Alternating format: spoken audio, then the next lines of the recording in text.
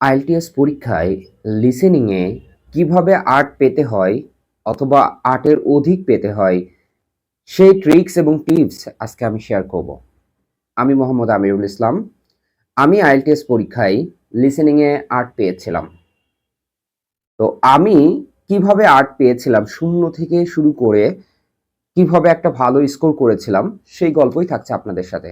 ভিডিওটি অবশ্যই ১ম থেকে শেষ পর্যন্ত ধৈর্য সহকারে দেখতে হবে, যারা আইএলটিএস পরীক্ষার লিসেনিংয়ে ভালো করতে চান। এট ফার্স্টে আমাদের যেই চিন্তাটা আসে, আমরা যখন আইএলটিএস পরীক্ষা শুরু দিতে চাই, এক কথায় চিন্তা ভাবনা করি, সেই ক্ষেত্রে লিসেনিং নিয়েও আমাদের একটা চিন্তা ভাবনা চলে আসে, যেহেতু এটা আইএলটিএস পরীক্ষারই একটা অংশ। তো আমরা কি করি যে আমরা হুট করেই একটা ক্যামব্রিজ বই থেকে বের করে আমরা লিসেনিং এর যে পার্ট 1, 2, 3, 4 এগুলো করা শুরু করে দিই। দেখা যাচ্ছে যে হ্যাঁ, 40টার ভিতরে আমার 10টা 12টা এরকম হচ্ছে, তখন আরো বেশি আপসেট হয়ে যায়।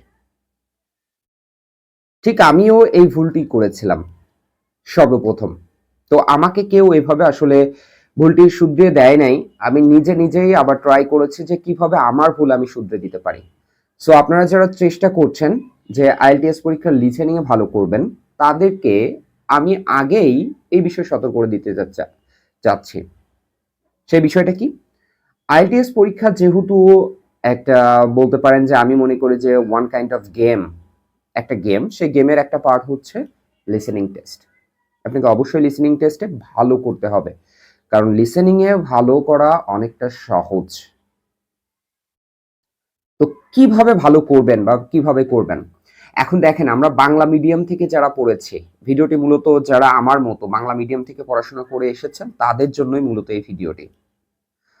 তো তারা কি করবেন, হঠাৎ করে ক্যামব্রিজের যেই লিসেনিং গুলো আছে সেইগুলো যদি আমরা শুনতে চাই, তাহলে অনেক শব্দ দেখা যাচ্ছে আমরা বুঝতেই পারবো না, কি বলছে ধরতেই পারবো না। এই হচ্ছে বিষয়বস্তু হবে, মানে আন্ডারস্ট্যান্ডিং হওয়া যাবে না যে তাদের ভিতরে যে কনভারসেশনটা হচ্ছে। এই বিষয়টা আসলে আমাদের ভয়টা একটু দূর করতে হবে। সেই বিষয়টা কি, যে আমরা প্রথমে পার্ট 1 থেকে শুরু করব। 4টা পার্ট আছে, পার্ট 1 থেকে শুরু করতে হবে। পার্ট 1 এ যখন আপনি 10টা কোশ্চেন্স এর ভিতরে যখন 8 থেকে 9টা কোশ্চেন সলভ করতে পারবেন, ঠিক তখনই আপনি পার্ট 2 তে যাওয়া উচিত। আপনি এমন না যে 4-5টা কোশ্চেন্স আনসার হচ্ছে, আপনি পার্ট 2 তে চলে গেলেই যে আপনি শিখে ফেলবেন, বিষয়টা এমন না। কয়েকজনের ক্ষেত্রে ব্যতিক্রম, বাট আমি মনে করি যে পার্ট 1 টা যত বেশি আন্ডারস্ট্যান্ড হবেন, যখন 8 থেকে 9টা কমপক্ষে আনসার হবে, 10টা হলে তো অবশ্যই বেটার, তখন আপনি পার্ট 2 তে যাবেন। এখন পার্ট 1 এ আসার পরেই আপনি আস্তে আস্তে কি হচ্ছেন, সে ইংলিশ কনভারসেশনের সাথে পরিচিত হচ্ছেন। একই সাথে পডকাস্ট শুনতে হবে। এখন পডকাস্ট শুনতে কারোর হয়তো বা ভালো লাগে, কারোর ভালো লাগে না। আপনারা কি করেন যে পডকাস্টটা আধা ঘন্টা 1 ঘন্টা ধরে শোনেন, যেখানে মনোযোগ থাকে না। এই ভুল করা যাবে না। আপনি 5 মিনিট ধরে শুনছেন, সর্বপ্রথম ট্রাই করবেন 5 মিনিট ধরে শুনছেন, কিন্তু মনোযোগ দিয়ে শুনতে হবে। প্রত্যেকটা কথা কি বলছে সেই কথাটা নিজে নিজে ট্রান্সলেট করার চেষ্টা করবে। ট্রান্সলেট বলতে জাস্ট কপি করার চেষ্টা করতে হবে, যে পডকাস্টে যে আমি 5টা মিনিট শুনছি, এই 5টা মিনিট কি বলছে সেই বিষয়টা আপনাকে নিজেও বলার চেষ্টা করতে হবে। তাহলে আপনার মনোযোগ আকর্ষণ যখনই হবে, তখনই আপনি এই যে লিসেনিংটা আছে বা তাদের কথোপকথন, তখন ভালো করতে পারবেন। আদারওয়াইজ করতে পারবেন না। আপনি ঘন্টার পর ঘন্টা পডকাস্ট শুনছেন কিন্তু মনোযোগ নাই, তাহলে তারা কি বলছে জাস্ট বলেই যাবে, আপনি শুনে যাবেন, ভুলে যাবেন, বুঝতে পারবেন না। তাহলে কি হচ্ছে, প্রথম দিকে আপনি 5 মিনিট মনোযোগ দিয়ে শুনতে পারেন, কয়েকদিন শোনেন, এরপরে 10 মিনিট, এরপরে 12 মিনিট, 14 মিনিট, 15 মিনিট, মানে মনোযোগ দিয়ে, একদম মনোযোগ দিয়ে, একটা লেটার, একটা ওয়ার্ড যেন বাদ না যায়, এভাবে আপনাকে শুনতে হবে। এবং আপনার পরিবেশটা এমন ভাবে ক্রিয়েট করতে হবে, আপনি যেখানেই থাকেন সেই পরিবেশটা যেন ইংলিশ এনভায়রনমেন্ট ক্রিয়েট হয়ে যায়। আপনি যাই করছেন সবকিছু যেন ইংলিশে হয়। বিকজ আমরা বাংলা মিডিয়াম থেকে আসি, আমরা আসলে ইংলিশ এত বেশি শুনি না, অ্যাজ আমিও শুনতাম না। সো এই কাজটা আপনি করবেন। এরপরে আপনার পার্ট 1 এ আমি আবার বলছি যে পার্ট 1 এ আপনি আগে প্রশ্নটা আইডেন্টিফাই করার ট্রাই করবেন। দেখবেন মোস্ট অফ দ্য টাইম আমরা আর্টিকেল আইডেন্টিফাই করতে পারি, করে কোশ্চেনের ধরন আইডেন্টিফাই করতে পারি। Most of the time noun ব্যবহার করা হয়। এখন দেখেন পার্ট 1-এ আসলে বিষয়বস্তুটা কি, এটা হচ্ছে নরমাল একটা কনভারসেশন।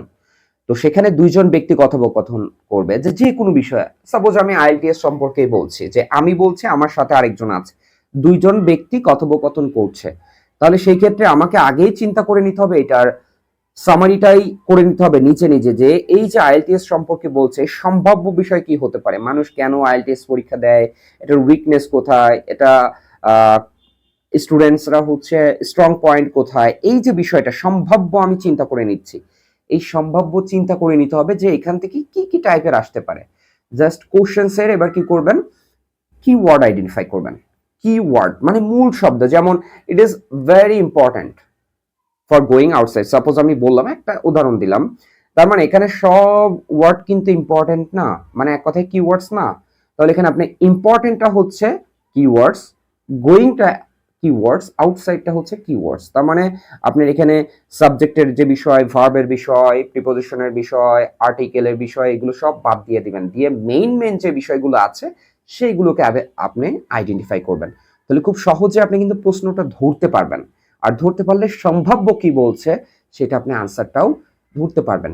এখন খুব ভালো কথা, হ্যাঁ আমি আইএলটিএস পরীক্ষার লিসেনিং আমি ধরতে পারছি, বাট বানান ভুল হচ্ছে। বেশ কিছু ওয়ার্ড আছে, বেশ কিছু ওয়ার্ড থাকে, যেমন আমরা ডেইলি যে কাজগুলো করি, আসলে পার্ট 1-এ যে ওয়ার্ড মিনিং গুলো দেওয়া হয় বা যে কনভারসেশনটা আসে সেটা হচ্ছে মূলত একটা বেসিক যে কোনো বিষয় নিয়ে বা টপিকস নিয়ে। তাহলে সেই ক্ষেত্রে আপনি যে সাপোজ হোটেলের বিষয়ে যদি কনভারসেশন হয়, তাহলে হোটেল রিলেটেড যেই ওয়ার্ডগুলো আছে সেইগুলো আপনাকে আগে জানতে হবে। এই ক্ষেত্রে 1200, 1400, 1500 এরকম বেশ কিছু ওয়ার্ড আছে।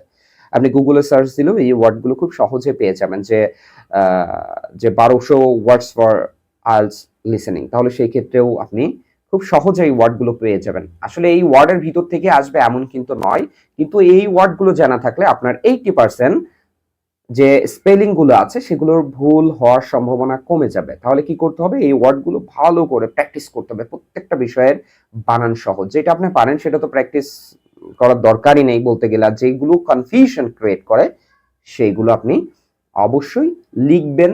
আপনার যেভাবে মনে থাকে, যেটার সাথে কম্পেয়ার করে মনে থাকে, এভাবে খুব সহজে আপনি মনে রাখবেন। তাহলে এই যে আইএলটিএস পরীক্ষার লিসেনিং আপনি এইভাবে ডে বাই ডে আপডেট করতে পারবেন। আপনি ধৈর্য ধরবেন, পার্ট 1 দিয়েই শুরু করবেন সুন্দরভাবে। যখন আপনি নিজেকে আরো বেশি মনে হচ্ছে না, ডে বাই ডে যাবে, উন্নতি হবেই ইনশাআল্লাহ। আপনি ধৈর্য ধরেন, অবশ্যই ইনশাআল্লাহ উন্নতি হবে। যে আমি লিসেনিং এ 8 পেয়েছিলাম, আসলে তাহলে কতটুকু ধৈর্য এবং কতটুকু মনোযোগী হইলে 8 পাওয়া যায় আপনারা একটু চিন্তা করেন। যেখানে 37 থেকে 38টা প্রশ্নের আনসার সঠিক হইতে হবে 40টার ভিতরে, আদারওয়াইজ কিন্তু 8 আসবে না। তাহলে একটু চিন্তা করেন যে মনোযোগটা কোথায় এবং কোশ্চেনের আনসারটা কিভাবে করতে হয়। আপনি মনোযোগ দিলে আপনিও পারবেন।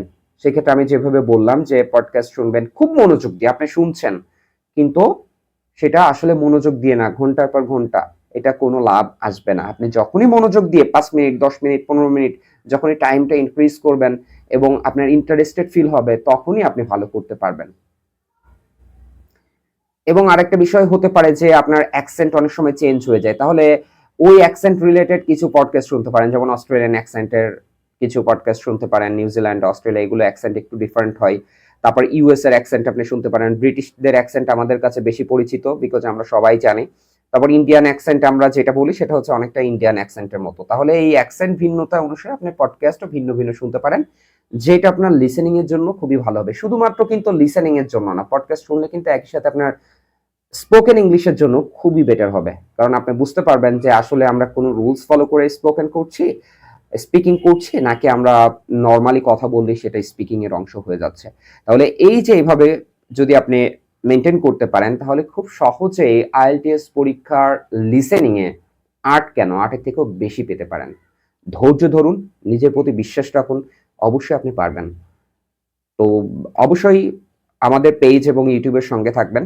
সবসময় আমি চেষ্টা করব আপনাদের আরো গুরুত্বপূর্ণ যে বিষয়বস্তুগুলো আছে সেগুলো খুব সহজে কিভাবে আনসার করা যায়। ধন্যবাদ সবাইকে। আসসালামু আলাইকুম।